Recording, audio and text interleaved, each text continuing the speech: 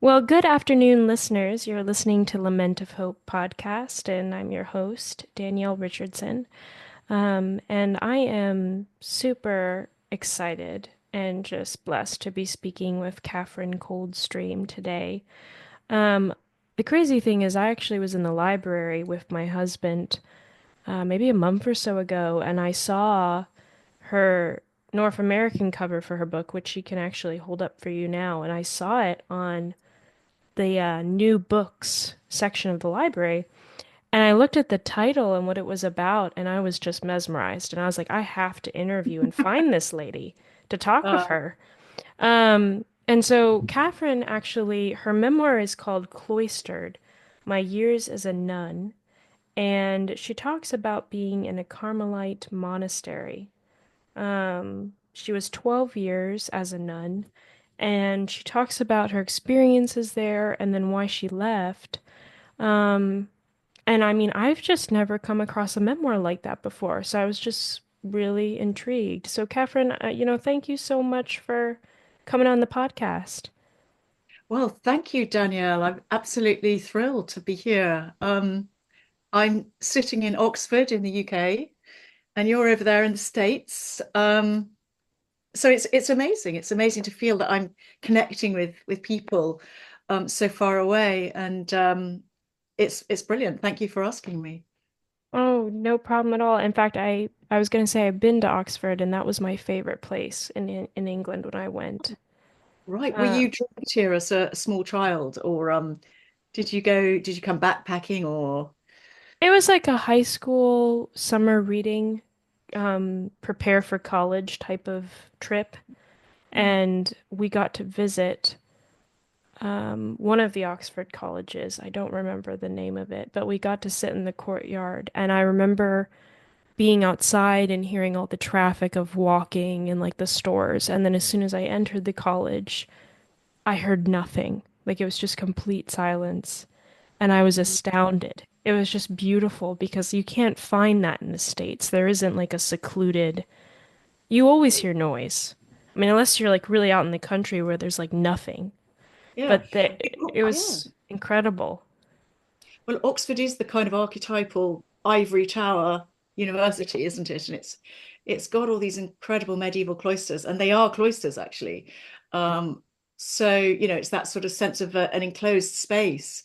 So there's something in common with monastic cloisters, although of course the lifestyle lived in a monastic cloister today is completely different from that lived in an Oxford college, Yeah. full of students and bars and partying as well as studying. Well, But I think, hmm, I was just gonna ask you, after coming out of the monastery, where I'm sure there was a lot of silence, do you enjoy silence anymore? oh, absolutely long for it. I mean, that's even that's too mild a way of putting it. It's not so much that I long for it.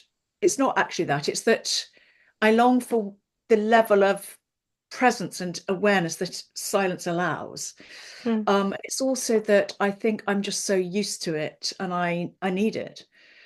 I think when you said that the cloister would have had a lot of silence in a Carmelite monastery, the silence is almost absolute. I mean, in a typical day, the sounds you might hear would be footsteps on the stairs. I think I put it in the book, the brush of a habit hem along the skirting board and the sound of bells. Sounds cliched, but it is like that.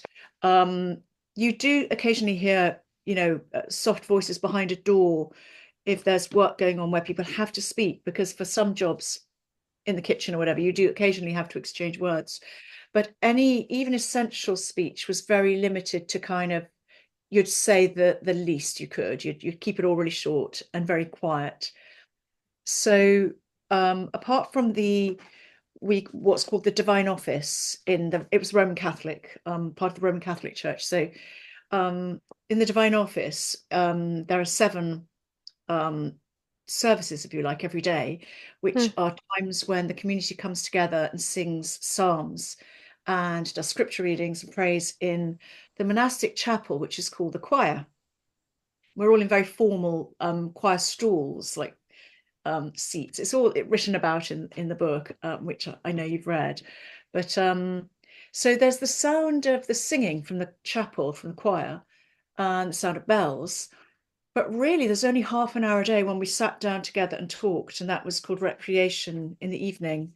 Hmm. So there was this wonderful, deep, deep silence. The monastery was out in the countryside in a very beautiful rural area where there was just birdsong and trees and fields. So I miss that hugely. I miss the just the quality of awareness and presence and the sense of being surrounded by beauty and most of the time calm. Um, and when I left the monastery, I found the noise of the outside world the hardest thing. The Hmm. noise and so things like the mess and the sense of chaos compared with a very orderly life that you get in a monastery. Those were Yeah. the kind of things I found the hardest. But noise really was probably the most difficult. I was always going off on my own and just finding places to be on my own. I didn't really mix that much with others when I left. It took me a long time to get used to it. Well, I was gonna say, because you went to the monastery originally because your father passed away, right? Well, I didn't see it as a sort of direct cause and effect. But it's only looking back many years later that I realized that um, things happened in my early 20s that were really difficult to cope with. And of course, things, if you really hit a kind of time of existential angst when you're a young person, Hmm. this can open you to God. You're more vulnerable. And obviously, if you hit a real low, that's the kind of time when you will just cry out for help to God. And I mean, I just did a when I did a few of these things you hear about sometimes that might sound crazy or random, but I did things like, oh God, if you exist, just show me that you exist, sort of thing, because I can't work it out for myself. And I was saying, well, or I did these little things which are sort of like, I suppose, tests, really. Yeah. Um, one of them I read about in C.S. Lewis. I was reading after my father died. I did read a lot of C.S. Lewis, and I started reading the Bible in a way I hadn't done since I was a teenager. And I started, I guess, praying, but just without being taught or even thinking I was praying. I just started opening up to God and saying, help me. Hmm. My father died after a 4 year decline, which started when I was about 20 and I was 24 when he died. But it was 4 really agonizing years that meant I didn't have quite the sort of typical, well, if there is a typical kind of life of a young person, I wasn't living a sort of carefree, fun life in my early 20s. I was kind of the family was going through real trauma and struggle in lots of ways. Um, So you were like and a caretaker in some ways? of my father, Yeah. no, not at all. It was very different. He was much older than my mother, so my father was nearly 30 years older than my mother. So he was like a granddad already when we were growing up in terms Okay. of age. No, it was much worse than that. I mean, effectively, my father moved out of the family home when he went into decline and moved in with another family member. It was kind of, I mean, my parents had had separate bedrooms from as long as I could remember and had a really, not a very good relationship. Well, um, they lived almost separate lives and there was a lot of conflict. Okay. So I kind of think when he started getting ill, he just couldn't cope with the stress anymore. So he moved out and he ended up moving into a sort of series of makeshift places with friends and hospitals and eventually a home. But it was really heartbreaking because our house in London, where I grew up, was sold in order to kind of make sure that there would be funds for him in his nursing home. Hmm. So it was more that kind of my family dissolved and my sister and brother and I were kind of pretty much alone in the world. And so anyway, these things all, propelled me towards salvation, I suppose, because I kind of needed it. But I remember reading C.S. Lewis, and I think at one point he said, I can't quite remember now whether it was in Surprised by Joy or one of the others, but he more or less says, if you're not sure whether God exists or whether you have faith, and I wasn't completely sure at that point, he said, act as though you have got faith or just pretend you have and see how different you feel and if that makes any difference to your life. And I remember thinking, okay, I'm going to try this out for a week. I thought I'm going to spend the next week living my life as though I was absolutely sure that, the Christian claims were true, and I have faith in the God of the Bible. I said, I'm just going to, yeah, let's just take it as read that it's true and see how different my life is. And I was astonished because after a week, I was like 500% happier person than I was at the beginning of the week. Oh, And I thought, wow. well, this just seems to work. Um, but that's just one of many, many things that sort of went on at that point in my life. Um, I went through various stages of kind of testing out, can I actually make this leap of faith? Does it really make sense? But I suppose the compelling thing for me was that at the actual moment, well, the actual week of my father's death, and specifically the moment when I saw his body, his body after his death in the hospital, um, I guess I had some sort of experience of God, and I had an experience that has never left me really, just this sense of presence and a sense, I'm not alone, and that somehow my father lives on and therefore God exists. It was as though seeing my father's dead body, I realized, okay, there's nothing in that body anymore. It's not dad. And therefore I could accept that he lived independently of his body. Hmm. And therefore it was as though somehow I was surrounded by this sense of, I think the only word I can find is God. I mean, it's kind of this sense of conviction that, not even conviction, it was like, it's stronger than that. It's just a sort of knowing that I'm not alone. Really extraordinary. And I really feel that my father has been present with me ever since then. And I felt God's presence in a way that I can't explain. And so all those little testings out and reading C.S. Lewis and thinking, yeah, but does it add up? These were more like the follow-up actions I had to do to kind of convince myself or decide what to do about this newfound sense of faith. Because in a sense of presence doesn't necessarily mean you're going to become a member of the Church of England or the Roman Catholic Church. It could be um, a different conception of God. So I started thinking, well, I need to go back to church. I need to start finding out what the churches teach. I need to start reading the Bible. I need to start, you know, making sure I've got an informed understanding of what Christianity actually is, not just the sort of cliche I'd received as a child. Right. I thought, it was, because before my father's death, I was sort of, pretty much a modern secular young person, and I assumed that the churches were all massively out of date and irrelevant. And then I thought, hang on, maybe there's something in this. So I had to follow up all those questions with, yeah, lots of due diligence, I guess is called. I started going to different churches, asking lots of different questions. Um, and the big shift for me was I made the shift fairly easily into going back to church as an Anglican because I'd been brought up in that culture. And because I love music and I was always musically very involved, classical music, it was very natural for me to join a church choir and to be part. And I'd sometimes play the organ, and I got a lot out of that. And I was also in a church in a nice Hmm. part of London with very nice people, and it was sort of felt culturally quite aligned with me. But the big shift was the leap of faith of leaving that kind of comfort zone to become a Roman Catholic, which was in some ways a bigger step than sort of becoming a believer, because Roman Catholicism didn't feel like my natural zone. Yeah.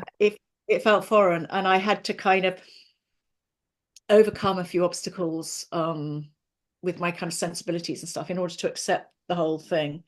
But I'm in the end, I just thought, yeah, I mean, you haven't asked me these questions, so I need to tell you all the stuff about why I became Roman Catholic. But I think in the end, long story short, I thought this is the original Christian church, and it seemed to me that it was somehow um, it carried more conviction. And the Roman Hmm. Catholics I met in London at that time were so fervent and so exemplary. I met some absolute saints at that point. And I think, if you meet some people who are just alive with faith and love and goodness, you know, that's going to convince you They could have been Methodists, they could have been Quakers. They happened to be Roman Catholics, and they were working with Hmm. the homeless in a rough part of London. And I thought, these guys are just amazing. It was all So centered on, yeah, I sorry. was gonna say, did you feel like the Roman Catholics you were meeting were living out their faith, whereas in your church it was like people were nice and everything, but it was just a Sunday thing kind of thing? Yes, I did. The Anglican church I went to, I really started loving it quite quickly because it had beautiful music and very good sermons, and everyone was highly educated. So it was easy to like it, if you see what I mean. Um, and the Roman Catholic Church, half a mile away, was in a rough area where preaching wasn't very good. There were lots of drunks and social problems in the parish. Hmm. So it was like you had to have a purer faith, because you weren't going because of those extraneous things. And the people, the Christians I met, well, there was an order of nuns, called the Missionaries of Charity, who were founded in Calcutta by Mother Teresa of Calcutta. So they're the MCs, we used to call them Missionaries of Charity. They were the most amazing people.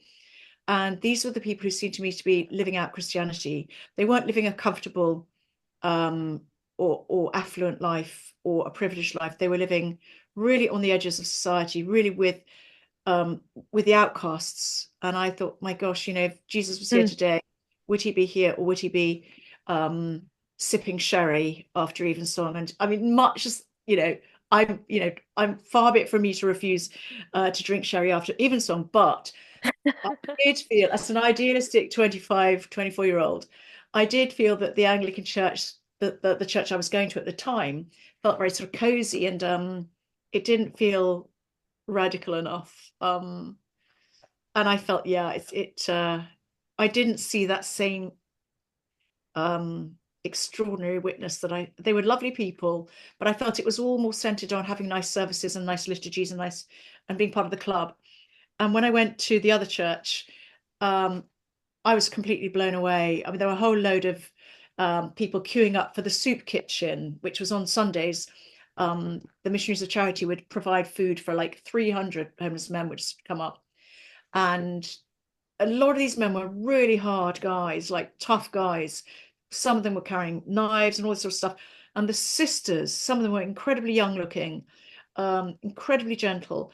And they were like just saying to the guys, okay, hand over your, they were basically had to search them on their way in, basically. But the guys would just hand over their knives, they'd give them their, whiskey bottles, and the fights would erupt. And these sisters were fearless with these blokes. And I just thought, wow, wow, wow, wow, wow. And I used to go for quite a long time, nearly 2 years before I actually entered the monastery. I used to go and work with them every weekend. I became a volunteer, and I nearly joined that order, the Missionaries of Charity. In fact, I did a live-in with them, which was like a sort of come and see whether it's for you. And when I was there, it was sort of obvious to me and to them that this wasn't quite what God was calling me to, um, because their life was very, very active and very, very, I mean, it was a really hard life.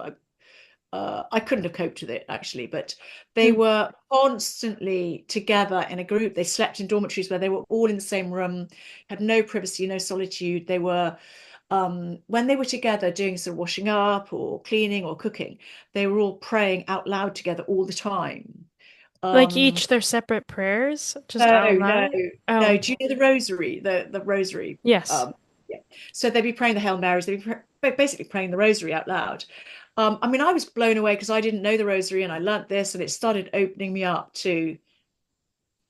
It started me opening up a sort of deeper prayer life for me.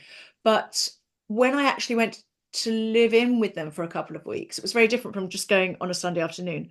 um, I just constantly wanted to go and have more prayer time on my own, solitary prayer time in the chapel. And the novice mistress told me off for sneaking out of the dorm to pray in the chapel. She said, "You shouldn't be doing anything off on your own like that. You should be doing everything as a group."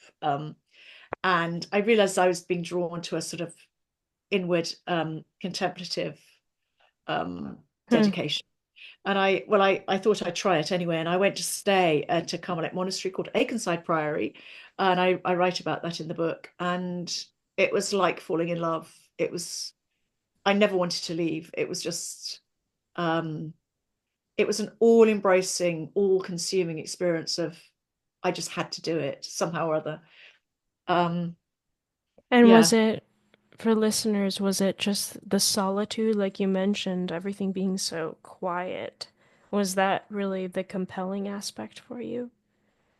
Well, what one hopes and what you believe as a Carmelite, is it's not the silence itself, it's God, you know, reaching out to you in the silence. I So, see. the whole idea is that it's about it's about, you know, we talked about union with God, which sounds incredibly lofty and I mean is really, but it's this idea that you can sort of search for God in a very in every single moment of your life. And the idea is that if you're in a world with no distractions, a world of silence, and when you're really left alone all the time, which we were kind of hermits within a community, which means you're kind of thrown back on yourself all the time. So you have very few distractions, you're praying all the time, you're in silence. The idea was that kind of desert experience. It was seen as being a bit like in the desert, like Hmm. Elijah. um, you would be more open to God because you wouldn't be feeding off other things. So, but it does mean sort of sensory deprivation and emotional deprivation and intellectual deprivation on lots of levels. So you don't form friendships with the other nuns. You're not supposed to seek for any sort of emotional feedback or support from them. There's no expression of affection, the kind of things that humans normally look for in others.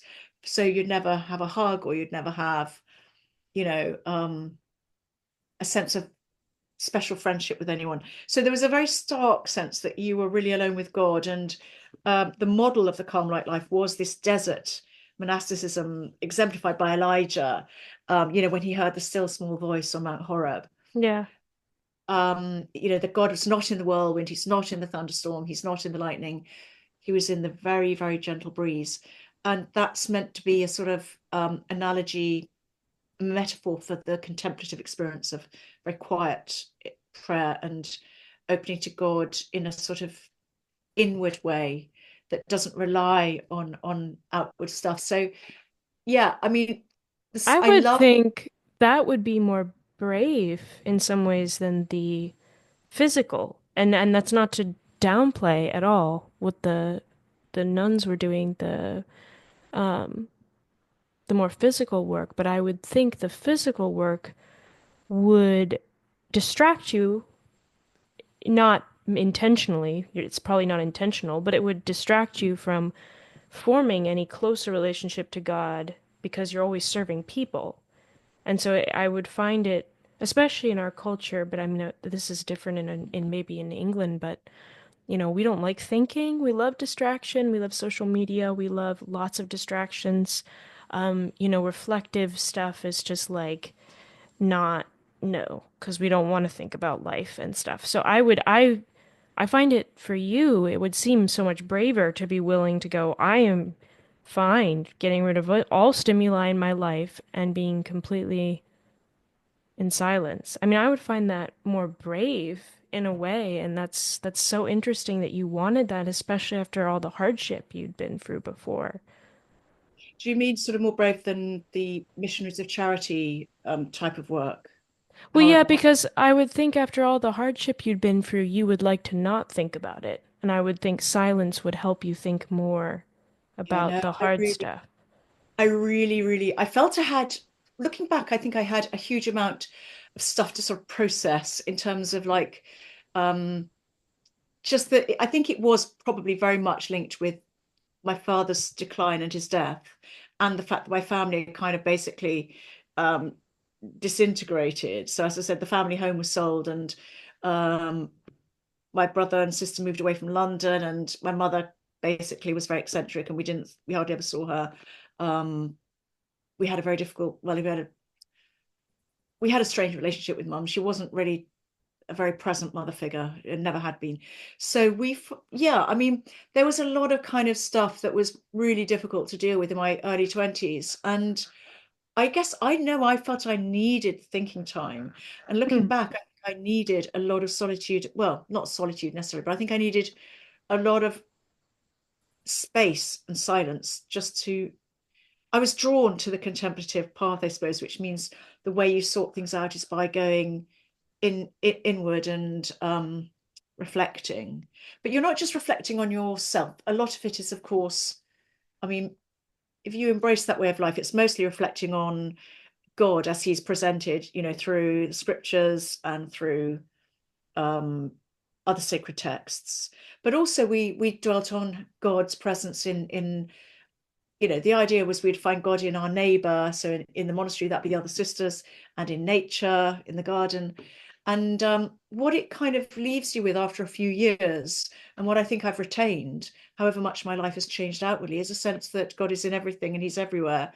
And that's a wonderful thing to have, to be able to take away from the monastic experience. It's though, you can leave the monastery, but that sense of awe and wonder and gratitude for the gift of life never really, for me, it's just stayed with me. Yeah. But I think when I went in, it wasn't that I kind of wanted the escape into silence so much as I needed it. And I think it was because I'd started praying quite deeply. Once I met the missionaries of charity, I'd start praying the rosary, on my own, and it would always lead into this kind of silent sitting and just mulling. And I remember thinking, I'm just going really slowly through the Our Father, for example. I remember thinking, well, even just the two words, Our Father, I'd just get stuck on those and I'd say them slowly. And I'd think, however long I spend thinking about what these words mean, I'm never going to fathom what it really means. Um, Mm. and I remember then I'd go through the creed, and I think, every word of the creed, every word of the Our Father. I remember thinking, if I could spend, 10 years thinking about these things, I'll still never get to the bottom of it. So it was as though I felt there was so much mystery and depth to these words that I needed to just sit with them. And I think this is how contemplative prayer starts. You just sort of find, you just let the words percolate through, and then you get lulled into silence, and you just somehow sit with that mystery that somehow you can never quite grasp it. And I think that was a very strong thing for me. And I'd spend hours. I wore my knees out before I got to the monastery. I couldn't kneel for the first year because, I'd been overdoing it, as they said. So I had to wear bandages on my, because I'd sort of literally Oh, spend, well, wow. I mean, I had a job in those days, but um, I used to go to mass in the evening after work, and then I'd have supper, and then I'd spend about an hour and a half just praying on my knees at home. Where I go, and I just think I just had to go with it. It was like this magnetic being pulled into this silent sitting, which in the contemplative kind of tradition is just a sort of sitting in the presence of God and sort of letting him reach you. And it feels like you're just letting some sort of truth percolate through. But of course, it's not a blank truth. It's all fed by what you're reading in, I was reading the scriptures, I was going to mass every day, I was praying the rosary. So I was just taking it all in, but I guess it was there was a very strong attraction, put it that way. Whereas with the MCs, much though I really admired what they did and I wanted to be an MC, um, I just knew that I couldn't do it, and I needed to get away from um, the bustle. The work Yeah. was hard, but it was really uplifting. Being a volunteer with the MCs was great. And I just used to do it on weekends, and I used to go out sometimes at night in a van, and I can't even drive. Somebody else would drive it, but we'd go around the sort of really, really impoverished areas of central London where it used to be called Cardboard City because there were a whole load of homeless people living in cardboard boxes. And we'd go around, we'd give out soup and sandwiches at 1 in the morning, and it was again mind blowing. I mean, I wouldn't have gone on my own, of course. I went with a whole group of them, and they were so brave and they were so generous. But Did we met, you? yeah. Oh, I was just gonna say, what was your responsibility when you went to the convent and stayed there for 12 years? Because I know you said there was the silence, but what specifically did you have a role at all? Like I know you mentioned cooking and things like that. Mm. Yes, well, the idea within the Carmelite order is that nobody's in one role for too long. So every now and then we'd Mm, well, you get taken out of your groove and put into a different job. So most people had, I mean, the big role, of course, was the prioress, and I never got near being prioress, but the prioress was usually one of the really mature sisters, um, who really basically had almost absolute control over everything, to be honest. Under the prioress, there were a group of three or four other sisters called the council, uh, one of whom was called the sub-prioress, and the other two or three were assistants. And they were kind of sounding boards, and for the prioress, that she met with them and she was supposed to confer with them. But ultimately, what she wanted and said went. And I think in some monasteries, there'd be a little bit more kind of discussion and dialogue and different points of view heard. In my particular monastery, they had a fairly old-fashioned approach where really the prioress was um, you didn't challenge her, and yeah, she was inclined to be well, anyway, she was the only one who knew what was right, basically. This was the kind of thing where I think the whole thing was liable to fall down and can become sadly really dysfunctional, because you can get a very autocratic model of governance in this sort of community, and it can lead to some really difficult situations, which it did at Akenside Priory. Um, but in my particular monastery, I never became prioress. I was much too junior. But apart from the prioress and the sub prioress, all the other roles were things everyone had a share at. So, there'd be a rota for things like cooking. Most people had a turn, working in the kitchen. Um, I did a lot of gardening. Anybody who was physically fit and strong and young and able-bodied did work in the garden, because we had a big, big area. So although we were enclosed, which means we were behind a wall and we were locked in, basically. I mean, we had the enclosure, which was in our case over, which is a large amount of grounds. It was like a sort of, it was a bit like a farm, mm.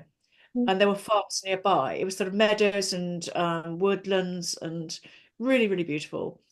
A lake, but it was all surrounded by a high wall, and everything was locked. I mean, the doors were locked, and you couldn't just walk out. And you assume you agreed and took a vow of obedience ultimately to not to leave.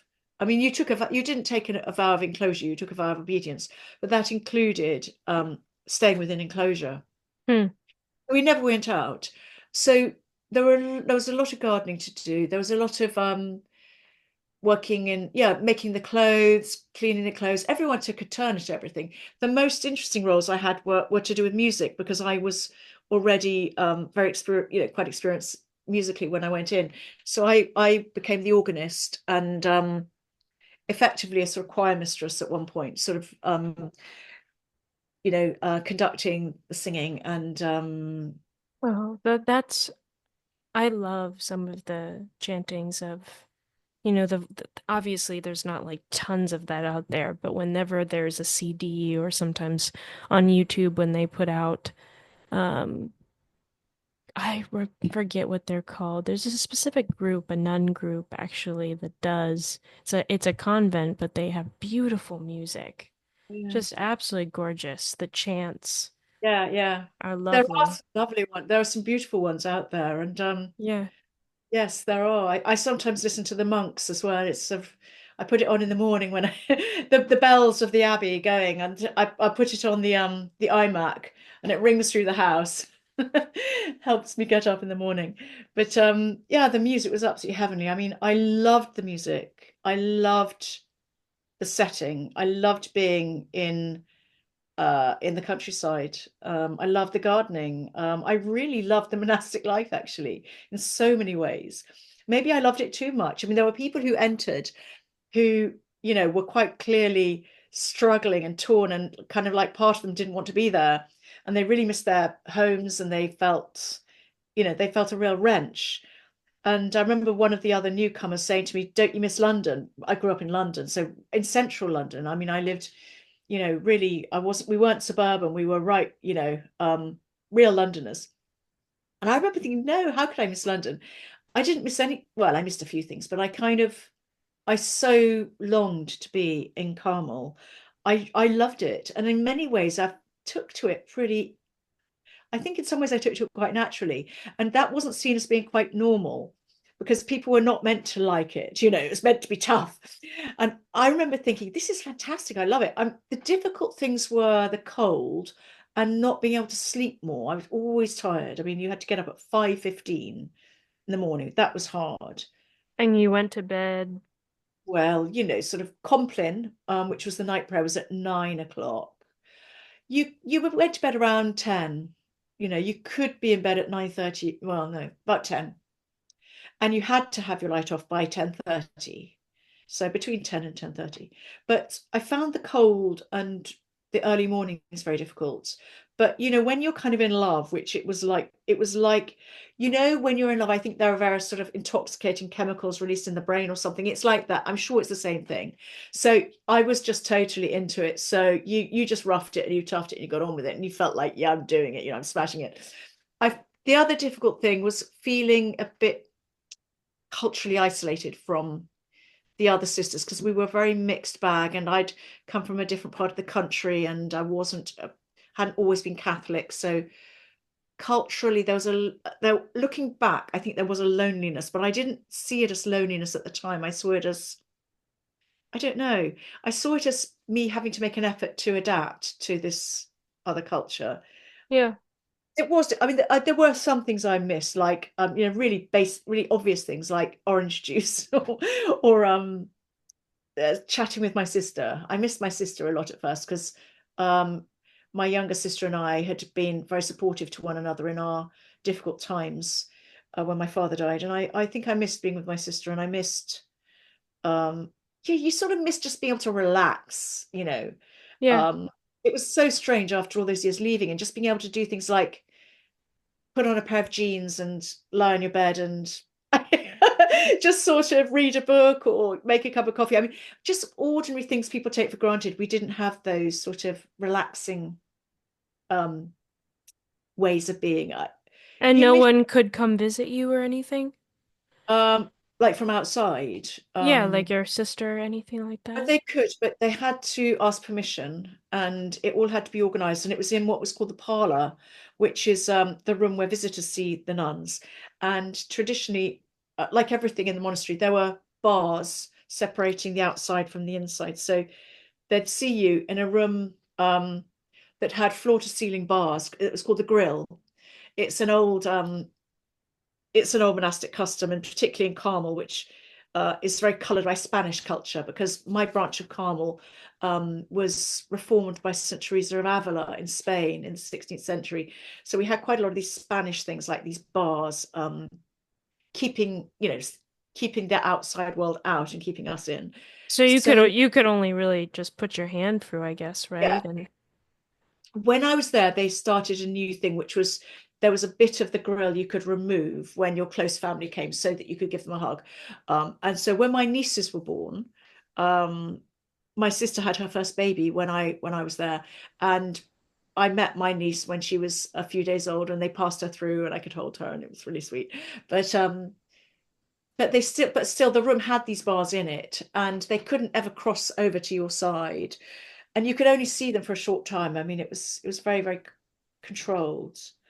And within the monastery about visits, nobody came. No, the sisters never went into each other's cells. Your room was called a cell, and nobody came into your cell, so you were totally alone in your cell, where you had a great big cross on the wall, and you had the Bible in the corner, and you'd spend hours every day praying and reading, and did some of your work in the cell, like sewing. You were very, very alone. So, I did miss some things, but they didn't trouble the things I missed didn't really bother me that much. But the life only became harder for me later on, I think, when I started having more questions and looking around and feeling that things didn't quite add up the way I thought they would. But I think one reason I might have found it, I really loved the life. And I noticed some of the other novices kind of, I could tell that they, how should I put it? some people were kind of, um, I don't want to say make a fuss, but sort of, they'd make it obvious they found it really difficult living in relative poverty. I think it was because I'd been 10 years in a boarding school, and looking back, I think again that probably equipped me. And I hadn't had a very warm maternal relationship with my mother, so I'd developed a kind of inner self-reliance really early on, and particularly going to boarding school, and I'd got used to kind of a lot of discipline through my upbringing, I think. But not everyone found it that easy. And also, if you've just had a big conversion experience and you've just converted to Catholicism and you've discovered your dream spouse, Jesus Christ is my spouse, I'm going to be a bride of Christ, there's a tremendous sense that there's a huge amount of euphoria going on, and that makes it a lot easier to accept the hardships. Right. Whereas I think some people, maybe they've always been Catholics, their family have almost always expected them to be a dutiful member of the church, so maybe they don't have quite that same sense of having discovered this, or for me, it was so new. Catholicism was so new. It was like this huge world opening up that seemed to me absolutely wonderful, and I was just really keen. What Um, when it's interesting because when I was reading about you, I love the summary on your website, which is funny when you say that you're a ambivalently Roman, Catholic. ambivalently Roman Catholic, yeah. Yeah, I was like, wow, that's such a good way to put it. But what for listeners, what was the turning point for you where it was like, I don't feel the way I did before? Well, there were a few turning points. One thing just to mention though is we were told not to pay any attention to feelings. So it wasn't really a case of Feelings, let your okay. feelings guide you. It was always like it's faith that matters, not feelings. So there was a side to the Carmelite spirituality that was very, very, very austere, very tough. It gave no scope to ordinary human weaknesses or feelings. So if you felt sad, that didn't matter. You weren't meant to be happy, And it was like, look at Jesus, on the Via Dolorosa, and look at Jesus in Gethsemane, the sweating blood, you've got to do the same. So it didn't matter if you felt dreadful. That was like you were meant to. So you didn't go with your feelings. But which now I do question the wisdom of that, because it meant you were ignoring the signals you were getting from your subconscious and from your body, sometimes telling you that there was something not quite right. You had to override your feelings all the time and override yourself. You were supposed to be overcoming yourself. But there were turning points when I started questioning the community, and questioning whether whether how can I put it? I didn't ever want to leave really, but I did start feeling that I was questioning the authenticity of what was of the way the Carmelite life was being lived in my community. And I think it was because I gradually became more and more aware of the gap between the kind of ideal and the ideals you had kind of embraced becoming a Catholic, and the sort of, yeah, the gaps between the ideals and what was actually going on. And of course, in every actual real human community, it's to be expected. And now I'm much older and more experienced, I realize much more genuinely how inescapable it is, really, that some concessions have to be made, and that you're never going to live the ideal or live up to the ideal. But I felt it wasn't just that. I felt there was some really overt omissions. And in my particular monastery, and this isn't necessarily the case for all Carmelite monasteries, but in Sure. my, I realized that the things we were being taught as being really essential and foundational for our charism, which really meant the kind of character of our vocation and of the Carmelite way of life, they were not only being sort of, in my particular community, it wasn't that only that concessions were being made or things were being slightly watered down. It was like there were some really big contradictions between what we were taught, we were basing our lives on, and what was actually being done. And I started thinking, hang on, this isn't adding up. Why are they, they're teaching us this, but we're doing that. And you start getting these questions. And they, if you air this with your novice mistress, she would of course tell you it's natural after a couple of years, when the first fervor's worn off, for you to start kind of having a few issues, and you've got to work through some problems and things.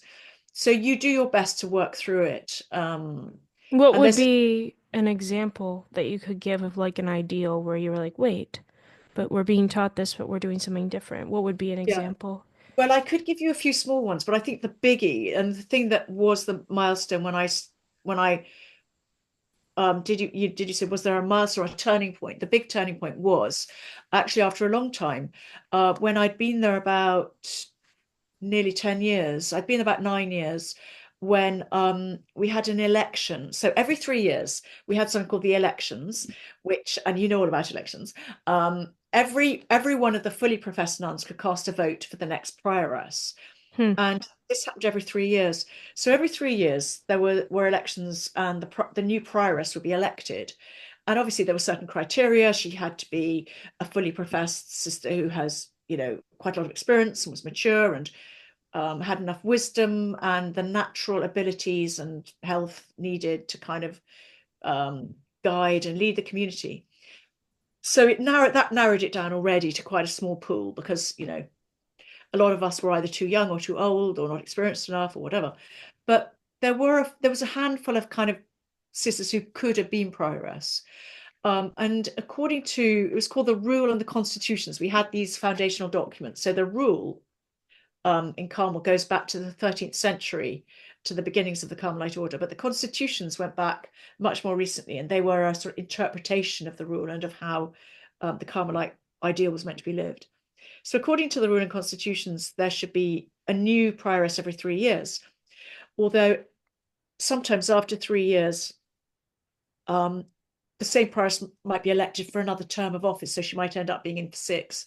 But the church taught that after two terms of office, um, it was important to have somebody else come in so that there was a change of leadership, so you didn't get settled in your ways and stuck in any kind of stagnant um, mode where people would just get used to associating one particular person with the role of the prioress, which could make you kind of put that person on a pedestal. Instead, there was meant to be a rotation so that it was God we were looking to, not the individual, God Hmm. working through the person.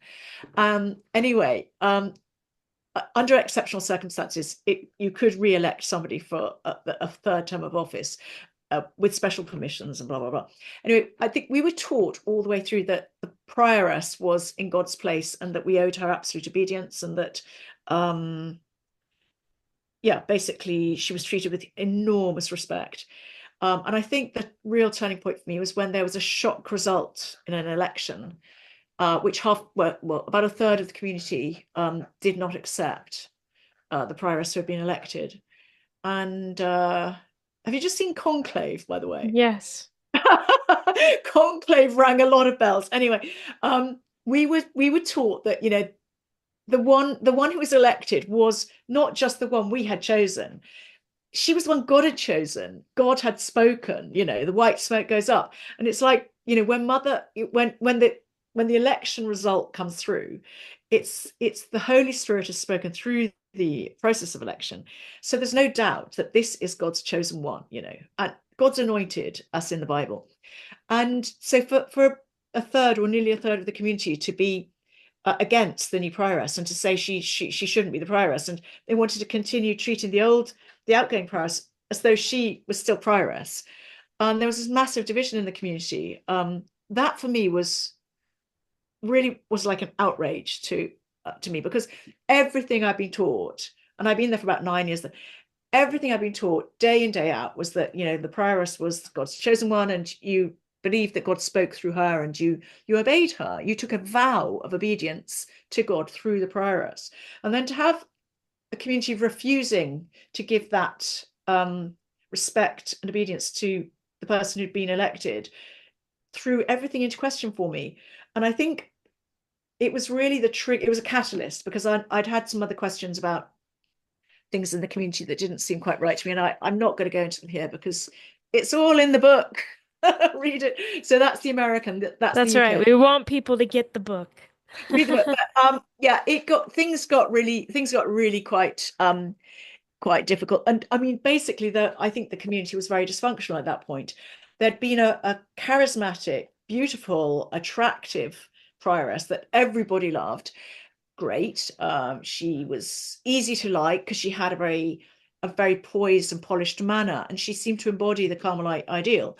But the point was, she just was not going to let go of that power, and she had been prioress for years and years, and before that, she'd been novice mistress, and she'd kind of effectively run the community Okay. for a long time.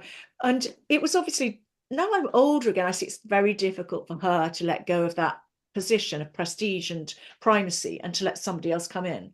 And it was very difficult for members of the community who were attached to her personally. But we've been taught all the way through that we shouldn't be attached to individuals, and that, Hmm. we just should be looking at God, seeing God in everybody. And this kind of really toxic situation really was very disedifying, and seeing the community just unable to accept a new leader with any sort of new ideas.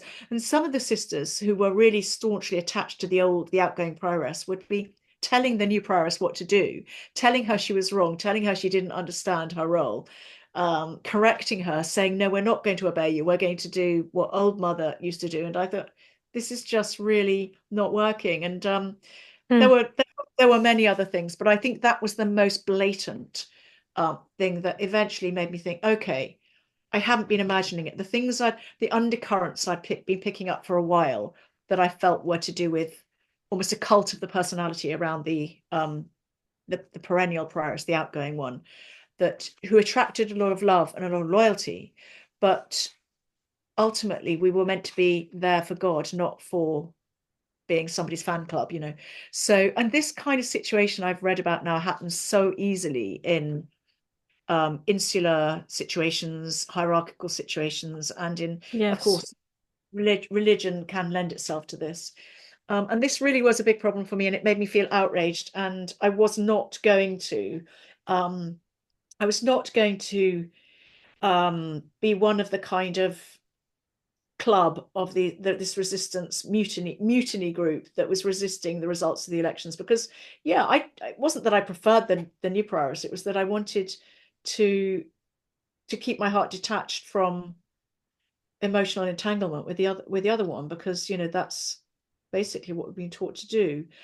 There were quite a few other things, but and the community also went through the other things that really made me have doubts about staying were how many of the younger sisters, at the time I was one of the younger ones, and how many of the sisters of my own age group were having kind of really serious breakdowns.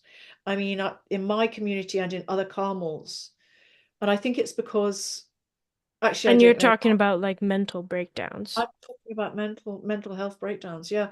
So I saw at least two sisters who were novices with me have not just slight not just slight issues, but full on mental health breakdowns.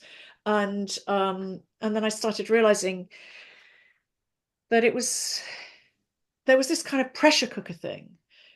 When you're in a really intense, really disciplined life in silence, there's no one you can really talk to in a natural, easy way about what you're really thinking and feeling. Because if you tell the prioress or the novice mistress about your real thoughts, if they included anything like, I'm struggling with this or I'm feeling low, it was always like, well, you've got to overcome yourself, and you shouldn't be thinking about yourself. Hmm. Just focus on God, look at the cross. You're not meant to be happy anyway. So there was never any kind of actual addressing what was really going on emotionally. It was not holistic. It wasn't taking in your emotions, your feelings, your genuine thoughts, or you couldn't really unpack, Yeah. um any kind of independent thoughts about things, because everything mother said was right and everything the Pope said was right, and that was it, really. You just sort of, I mean, there was room for discussion on, you could perhaps, in some of the sessions we had in the novitiate where we were trained, you could read a passage from St. Teresa of Avila, and we'd all kind of discuss it a bit, but it wasn't really like, it was all incredibly controlled. Did So, any of the sisters end up taking their lives while you were there? oh my goodness, not in my community, thank God. I did hear about it, unfortunately, happening. I heard about another community where that happened, and also a monk that I knew, sadly, tragically did that. And I was actually quite afraid of that. I was afraid that because we were in this kind of, you know, it was called supernatural, but another way of putting it was sort of, in many ways, unnatural way of life. I remember saying to mother, it's unnatural, isn't it? Chastity is unnatural. And she said, it's not unnatural, it's supernatural. So this kind of thing, like not having any human warmth or support or acknowledgement of your individuality and all that sort of thing. Although these were the ideals, I think I realized that it was, there was a kind of loneliness thing, and there was a kind of isolation thing, and there was just the hardships and the it was all this was seen as a sort of way of fueling your growth in faith. But actually, I realized that it could actually crush people and was really unbalanced. And I think the kind of pressure cooker and intensity of it, I realized was potentially really unhealthy mentally. And Well, I I was saw, gonna say, because you spoke about the garden and how much you loved and saw the yeah, beauty of God in the garden, and a garden which is created by God, right? If you creation is created by him, there's so much individuality. And also in a garden, there's so much room to grow. And in a garden, there's not a particular formula for each flower. Things just there's a beauty and a naturality to that, and that's the way God has made humans and that type of connection.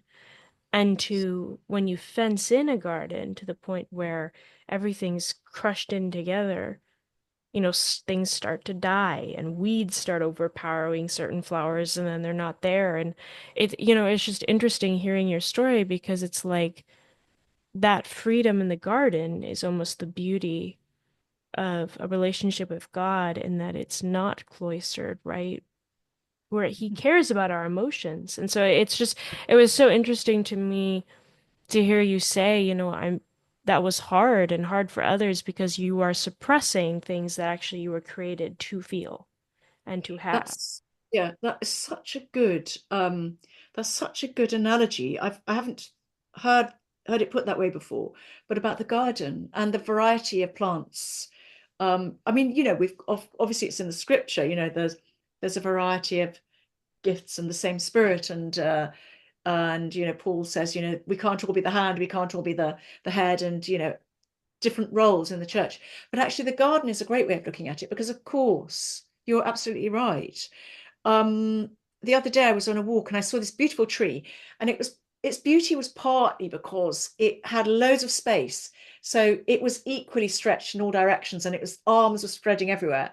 And the person I was saying that's a tree that's had loads of space and it's been able to spread out. But sometimes you'd see a tree that's, say, on a hillside, or it's near other trees and it's kind of had to grow at a really unnatural, well, at a really extreme angle just to get enough sun. And I think in the community, it was like we were trees that had been planted too close together, and we all needed light, but none of us could actually spread out our branches widely enough. I mean, this isn't to say that monastic life is doomed. I mean, there's many, Sure, many, there's sure. many Yeah. wonderful things about monastic life, and there are many, there's much, much wisdom within the monastic traditions. The Benedictine tradition's got a different kind of wisdom I mean, the Benedictine tradition is probably slightly closer to the healthy human model of balance and variety and freedom. The Carmelite model was seen as more ascetical and more of the desert. It was called, one of these desert orders Right, that was based right. on going out into solitude to fight your demons in the desert and to be alone with God. So it's a starker thing, and it's harsher on human nature. And I think there are dangers, which is one of the reasons I wrote Cloistered, and it's one of the themes of Cloistered. But for all its beauty and its seductive beauty of monastic life, because there's a real romance as well about being wearing the habit and singing plain chant all day. There are some big, big challenges to human nature and to the psyche. There are quite a few other people who left both Akenside and other Carmelite communities that I know of, and I've made friends with or remained friends with some of them outside, and it's great to know these other women who've been through the same thing. Hmm. Um, but you know, it's it's not easy to survive as radical and extreme and well, difficult for nature, shall I say, way of life as the Carmelite life, unless it's really implemented with a great deal of wisdom and largesse, and kind of not talking about flexibility as in watering it down, but I think maybe for the next generation, if these orders want to survive, if the communities want to survive, I think they may need to reimagine aspects of the life in order to make it more humane, Yeah. um, and to bring in just a little bit more kindness, and Yeah. also not to shut down the intellect, which I think is yeah, it's tricky. The contemplative prayer often, of course, entails letting, moving away from kind of the thinking mind, the busy mind, to the receptive, contemplative mind. So, because we were so contemplative, um, there was a real emphasis in not having distractions. So we weren't feeding our minds a lot. We weren't stimulating our minds a lot. But I think, like all good things, if you have too much of one thing and you get out of balance, there's something's going to go wrong. Yeah. So I think I don't know if it would make sense for these orders to allow people to go in and just be a nun for 5 years or 10 years or 2 years. Of course, it would water down aspects of the life, but it would mean I think they'll probably get. I think that there's there's a case to be made for sort of reimagining the charism so that it makes provision for things like that, so that these orders don't die out completely, and that it's more livable for people, but Yeah. without kind of bringing in the noise of the outside world. Well, Um, you know, yeah. I want to ask you one more question because, again, for listeners, I mean, you need to read her book. I mean, obviously, there's so many anecdotes and detail that she can get into. I know the hardcover is like 500 and some pages, and then the paperback is coming out later this I, year. I think it's Um, about three 320, yeah, three oh, is it 300? Okay, because that, all right. 328. But paperback's coming out. In the UK, it's coming out in March. In the US, I think it's in the autumn. Yes. So So it's again highly recommend getting this. I mean, it's on Amazon. It at the library, my local library anyway.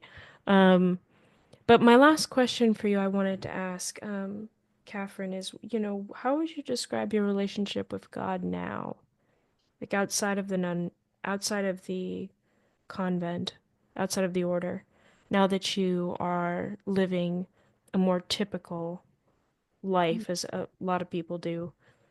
How do you describe your relationship with God right now? I think in a way it has to rely on more trust than ever, because I no longer have the comfortable assurance that I'm doing all the right things. When you're a nun, you're doing everything you can um, to be living a perfect life. And of course, Hmm. I'm not enclosed anymore. I'm not living in silence. I'm not wearing a habit, and eating, just living on bread and soup and cabbage, and so you have to have a lot more trust. The world is much, much more difficult to live in some ways than a monastery, because it's so complex and there are so many challenges.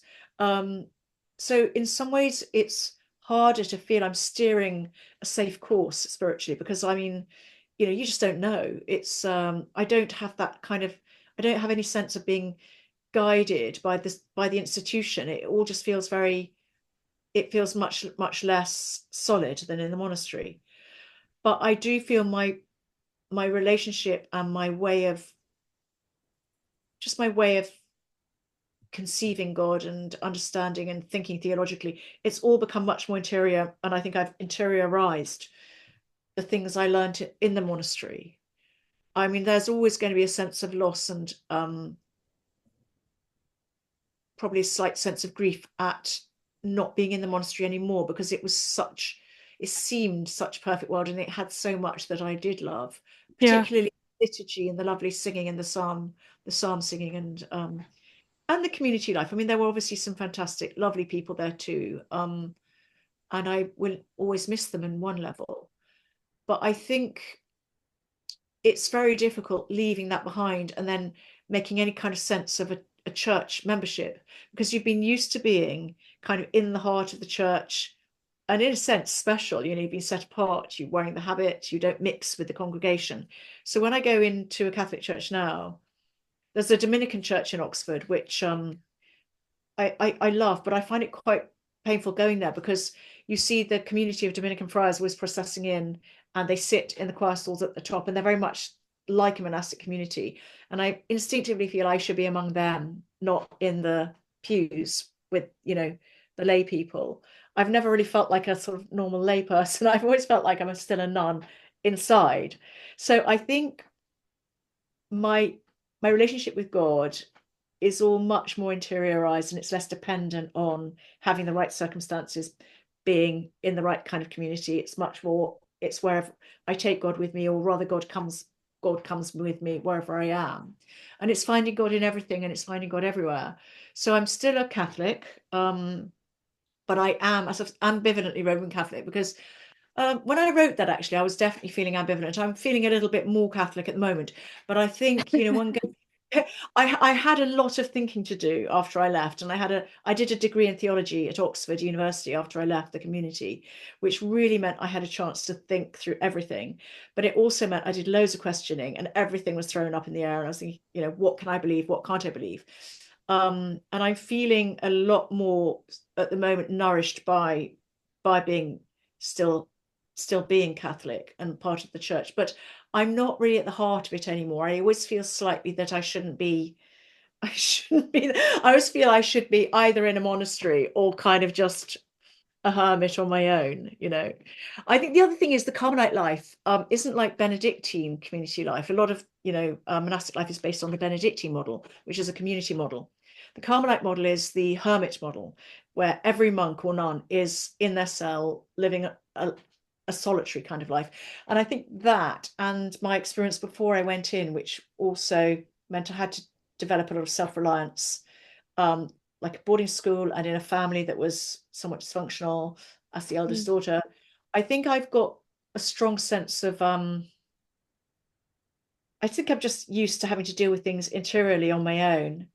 So being a hermit is quite sort of instinctively in my comfort zone for me. I can manage on my own quite well. Um, so But at least you still have the Bible you can read, right? oh yeah, I do. And yes, I've got lovely books, and spiritual books, and the Bible, and of course sacred singing. I love choral singing. There are so many things that nourish one's inner life, and music is really important for me. I play a lot of music. I play usually I'm doing quite a lot of viola playing and things like that.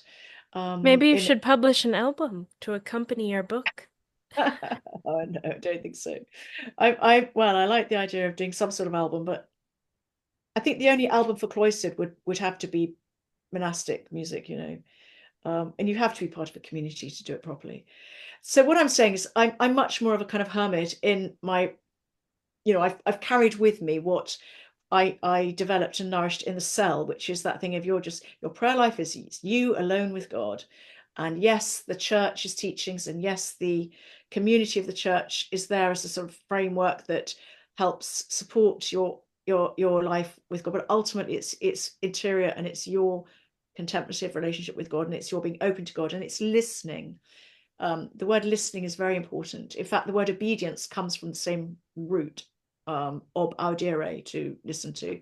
So listening to God, you can do everywhere, but it does help to have silence and solitude. So I still seek out a lot of silence and solitude. I still need a lot of silence and solitude. Hmm. And I don't really I don't like being in crowds or noisy places. So I find God and to nourish my inner life by having plenty of solitude and times of quiet, sitting with my thoughts, sitting with God, sitting in church.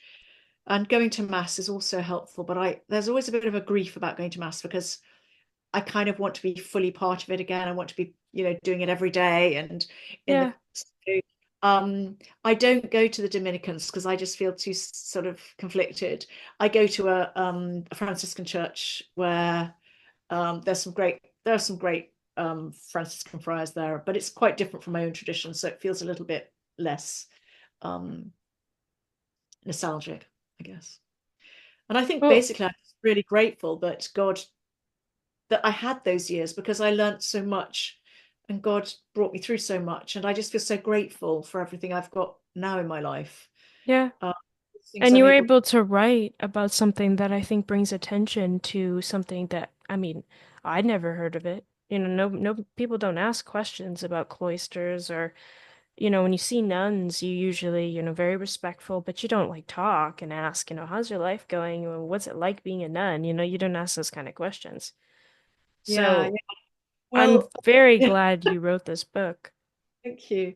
Well, I think, I've tried to do is to show the beauty and the reality of that, of the monastic, well, the beauty of the monastic life and the reality of of the possibility of a relationship with God in that way. But also I have shown the dangers and the dysfunctions and tried to point out things that I felt were seriously, unfortunately damaging or wrong within that particular experience I had of Carmel.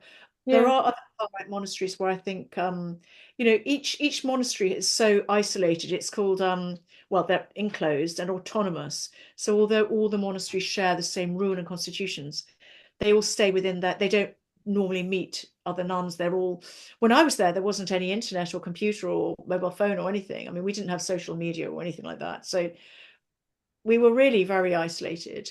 Um, and um, I think there are monasteries where the particular mix of people in that monastery and the particular personality of the prioress might have made for a different balance and a different kind of approach. They're all slightly different. I think the yeah, one I was in, they were clinging on. There was a sort of there was a group who were clinging on to how we've always done things and wanting to keep things just as there's always been, just as they've always been. And that I felt this was one of the things I felt was really a bit of a warning sign because it was like they were saying they thought that Akenside had everything right and the other monasteries had all got it all wrong. That to me was very much a red flag because the humility that we were meant to bring to the monastic life was meant to surely mean that we would be yeah, open to others and open to other ways of doing things.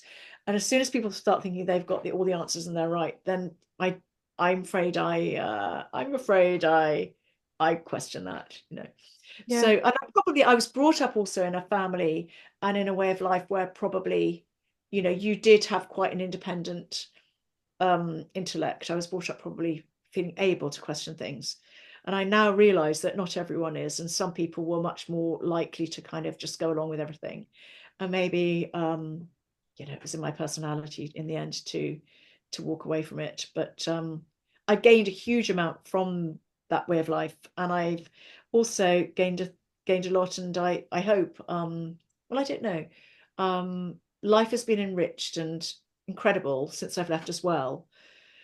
So, I'm just going to try to be grateful for everything and to thank God for everything and to um, continue to search for the path of wisdom because it isn't easy, is it, in today's world to be sure that you're walking on